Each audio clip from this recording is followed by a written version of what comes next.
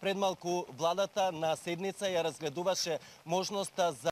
помош на поплавените подрачја во Србија и Босна. За каква помош станува збор во живо во овие вести, разговараме со владиниот портпарол Александар Ѓорѓиев. Господине Ѓорѓиев, добар ден, и како македонската влада ќе ги помогне Србија и Босна? Па уште во текот на вчерашниот ден премиерот Груевски истакна подготвеноста на владата на Република Македонија во рамките на нашите можности со потребни ресурси да помогнеме околу превенирање на овие поплави кои што се случуваат во Босна и Херцеговина и во Србија и да учествуваме во санирањето на последиците од истите. Денеска од страна на Европската цивилна заштита добивме информација дека Србија и Босна и Херцеговина си имаат обратено до незе со повик за помош, потреби за помош, така оди таа процедура, тоа е европски систем во кој што и Република Македонија членува и денеска владата заседаваше, при што направивме анализи, ги разгледавме и определените помошти во ресурси кои што ги даваат и другите земји во овој период. Направивме анализи што би можеле во овој период, во оваа прва фаза интервентно да дадеме како придонес од Република Македонија, така да се одлучивме да понудиме до Европската цивилна заштита ресурси од Република Македонија кои што може да се искористат за поплавите во Босна и Херцеговина и во Србија. Се работи за 75 лица кои што од Република Македонија може да отидат во Србија и во Босна и Херцеговина по добивањето на известувањето од Европската цивилна заштита, меѓу кои што и стручњаци, професионалци, специјалци од страна на Министерството за внатрешни работи, Министерството за одбрана, исто така 45 пумпи кои што се потребни за испумпување на водата од определени површини, 35 агрегати, 9 чамци, 3000 кебиња, а исто така и лекови, медицински персонал кои што евентуално би биле потребни.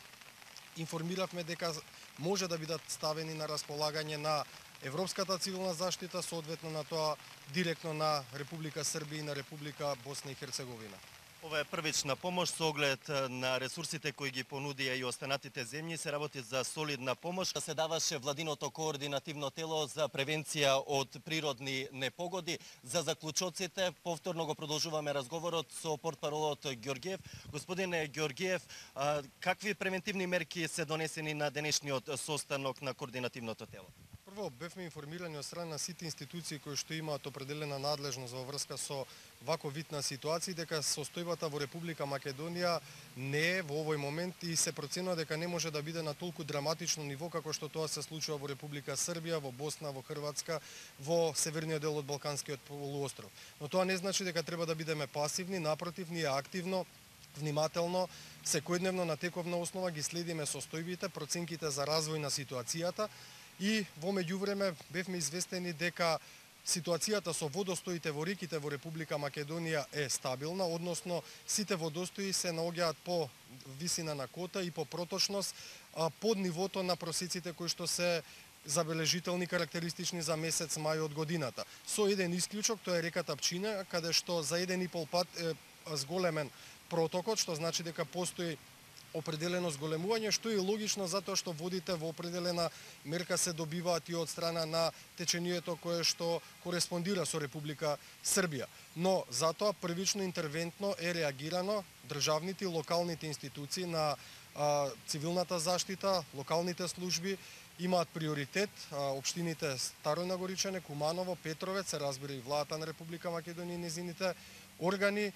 интервентно на потегот на реката Пчиња да ги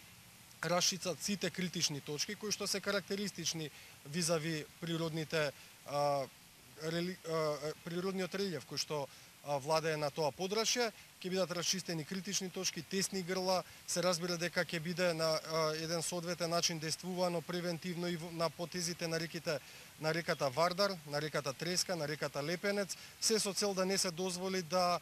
се доведеме во една подраматична состојба која што би можела да влијае на имотот на граѓаните на Република Македонија. Се надеваме дека нема до тоа да дојде и да дојде до големи поплави. Ви благодарам за гостувањето во живо во овие вести.